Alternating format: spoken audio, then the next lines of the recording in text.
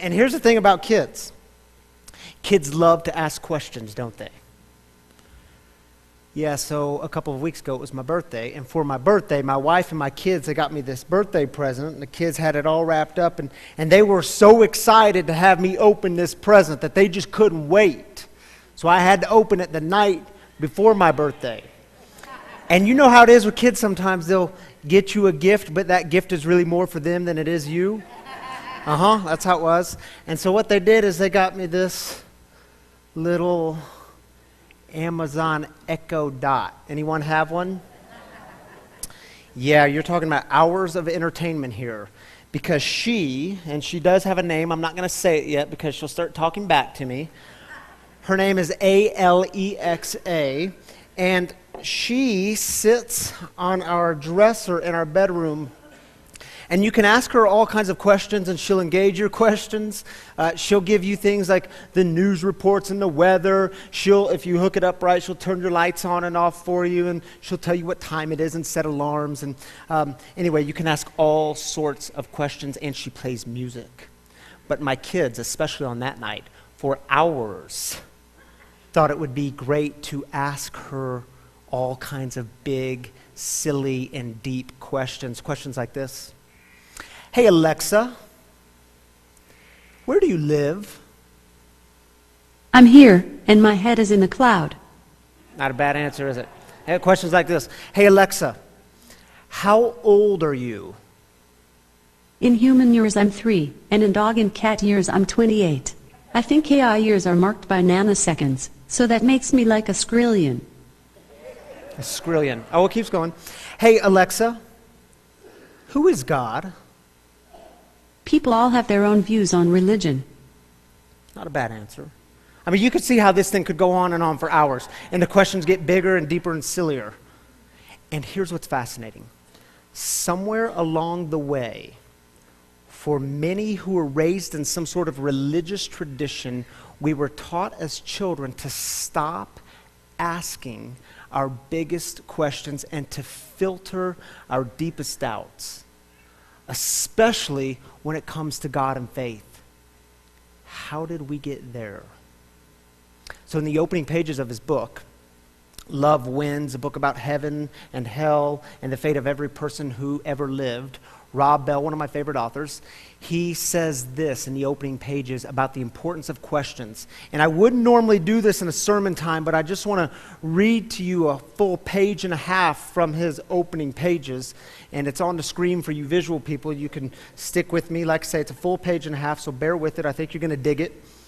He says, I've written this book because the kind of faith Jesus invites us into doesn't skirt the big questions about the topics like God and Jesus and salvation and judgment and heaven and hell, but takes us deep into the heart of them. Many have these questions, Christians, people who aren't Christians, people who were Christians but can't do it anymore because of questions about these very topics. People who think Christians are delusional and profoundly misguided. Pastors, leaders, preachers, these questions are everywhere.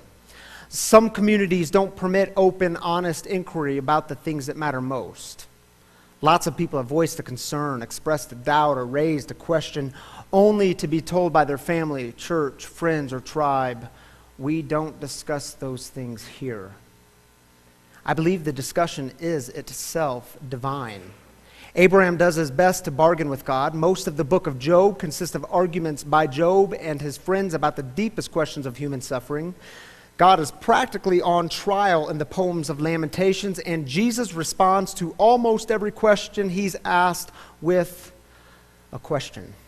Last paragraph. The ancient sages said the words of the sacred text were black letters on a white page. There's all that white space waiting to be filled with our responses and discussions and debates and opinions and longings and desires and wisdom and insight. We read the words and then enter into the discussion that has been going on for thousands of years across cultures and continents. My hope is that this frees you. There is no question that Jesus cannot handle, no discussion too volatile, no issue too dangerous. Are you still with me?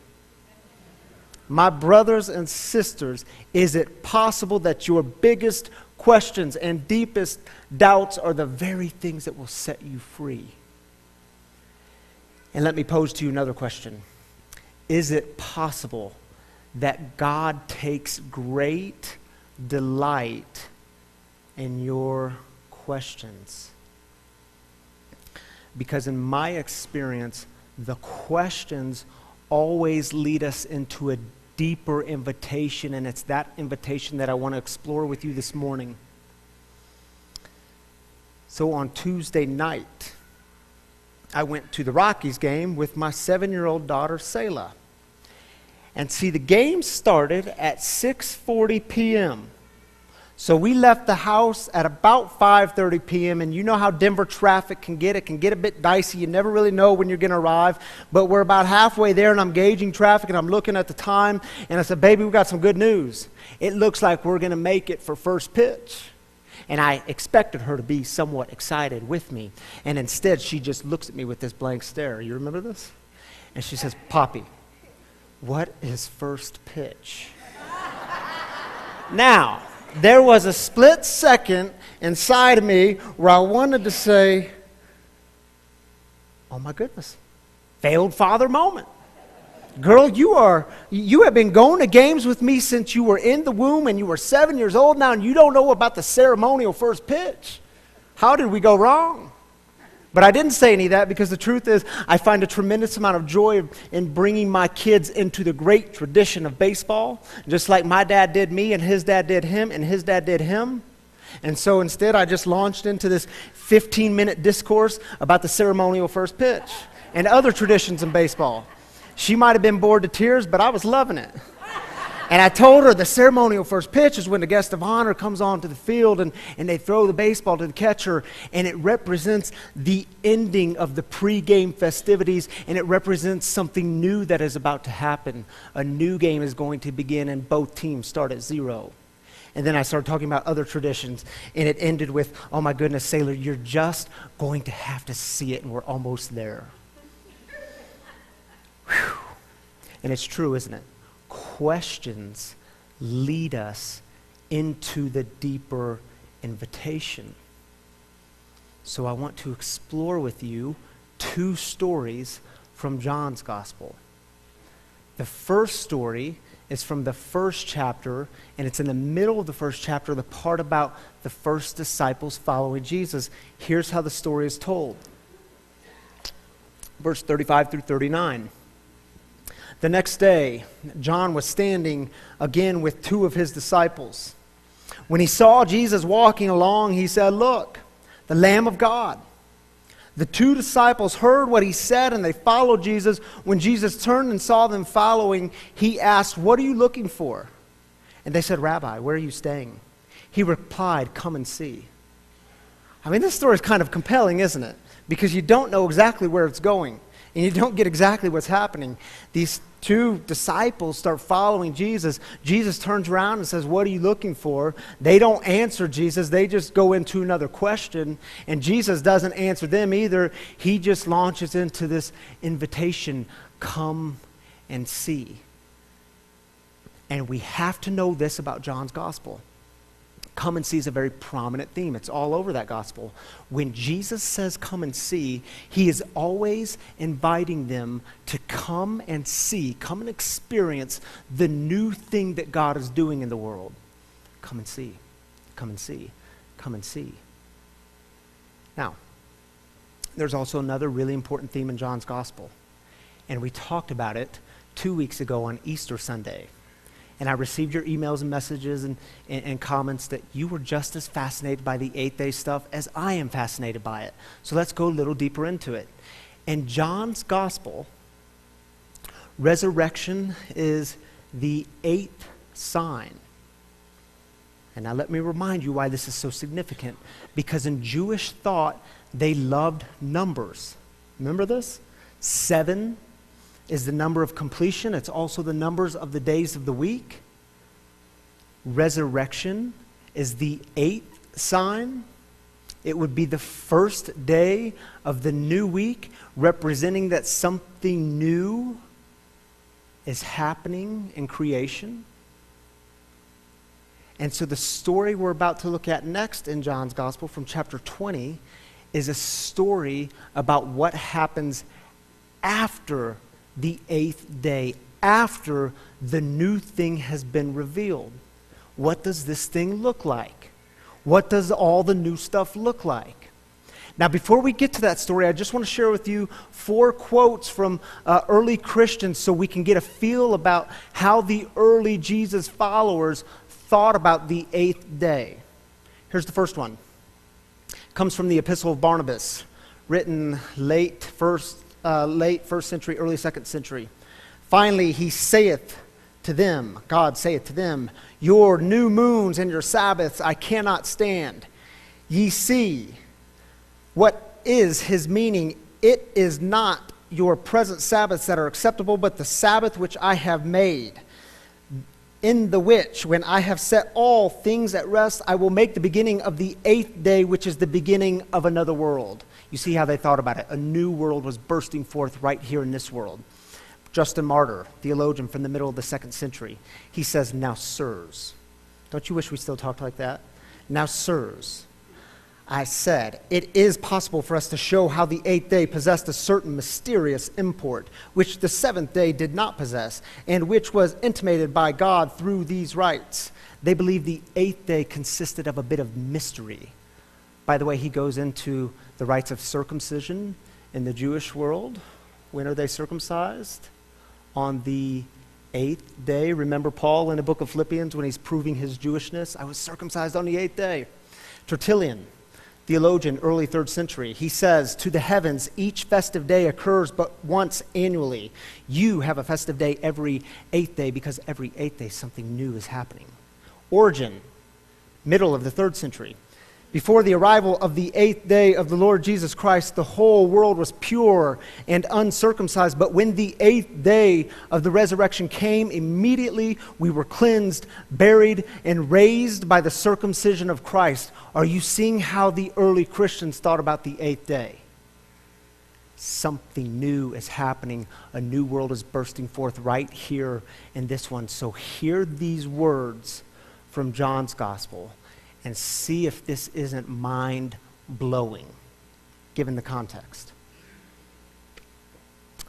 Chapter 20, verse 24. Thomas, one of the 12 disciples, wasn't with the disciples when Jesus came. By the way, this is post-resurrection.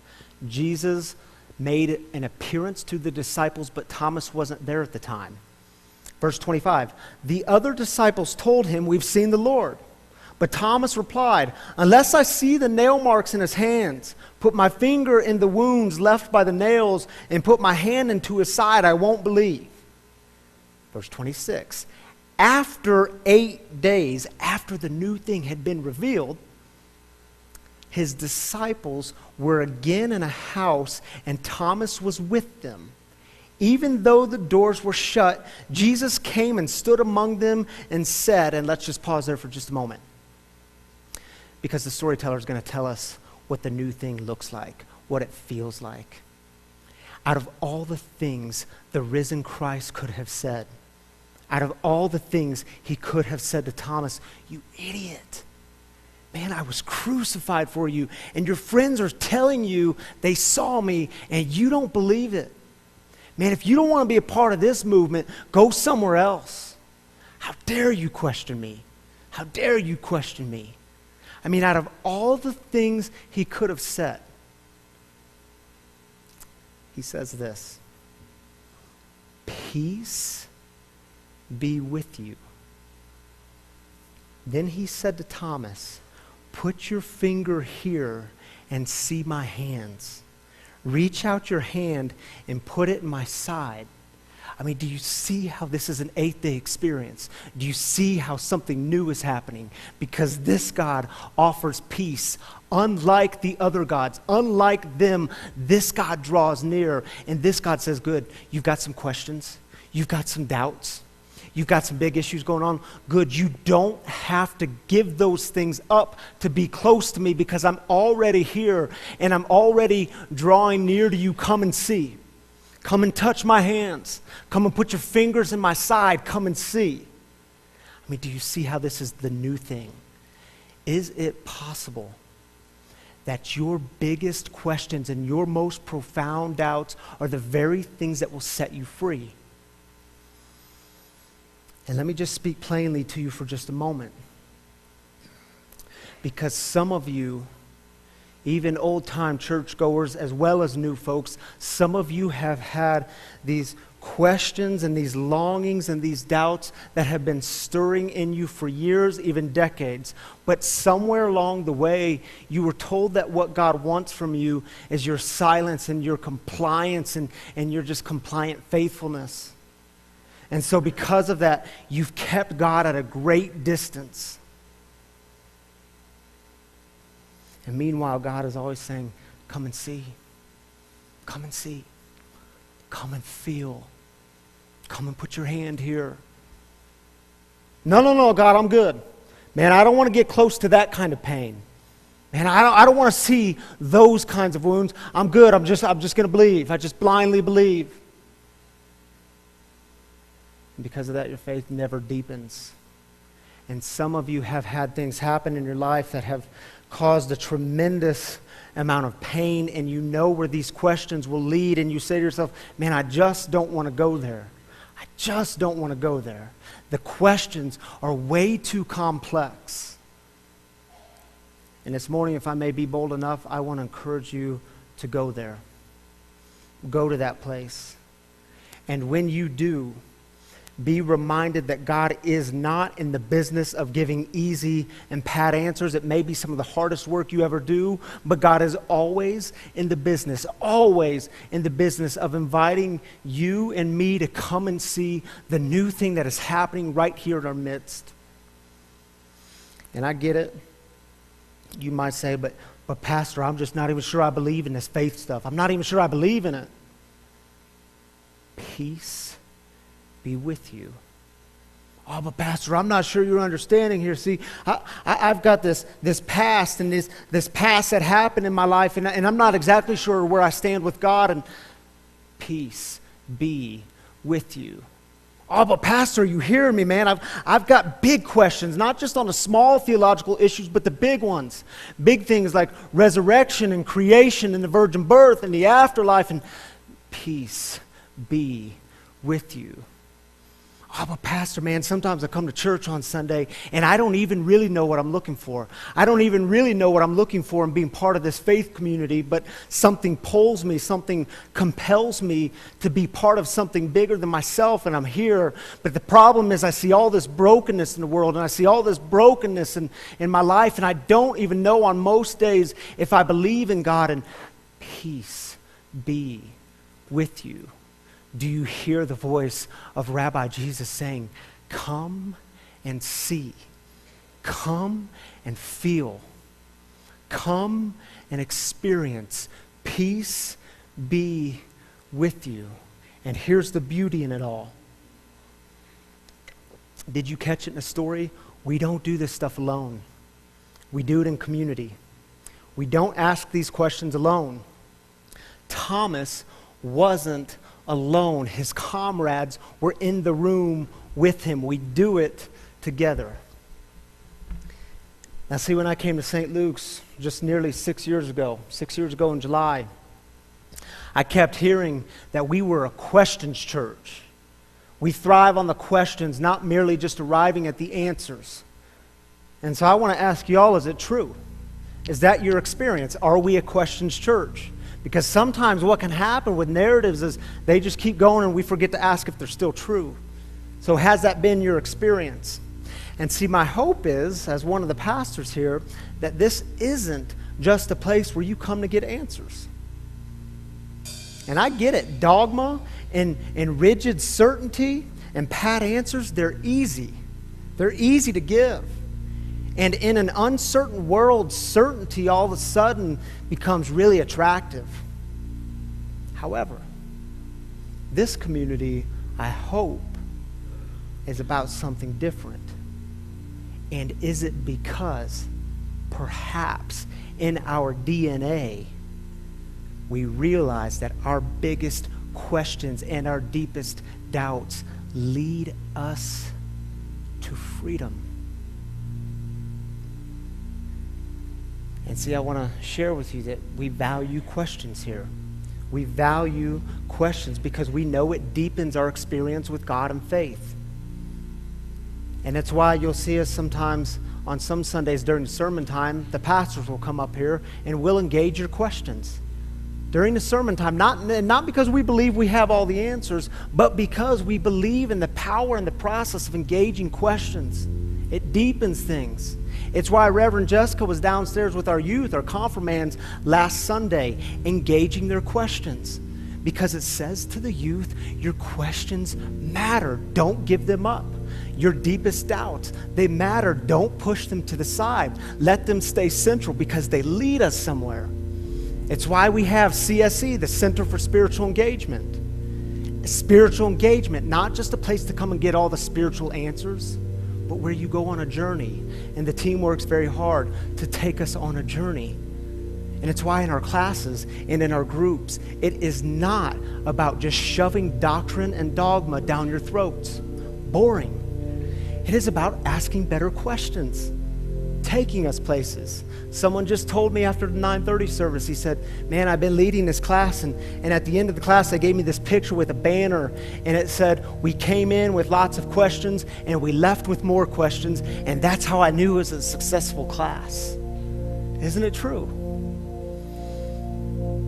To be a member here, when we get our membership group together, it's not about giving you more doctrine, making you sign on some dotted line about a statement of faith or what you believe, or making you believe all the right stuff, but it's about exploring our history and exploring the questions together.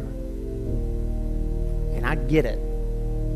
Sometimes it is tempting to look at the church and religion and the Christian faith as the place to come and get all the answers. It's tempting, but we have to resist it. I mean, what if we become the place not just to get answers, but to go on the journey to ask better questions? And along the journey, we hear the voice of the rabbi saying, come and see. You got questions? Come and see. You've got doubts? Come and see. You don't know exactly what you're looking for?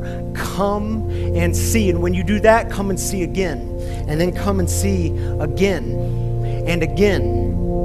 And then come and see again, and again, and again.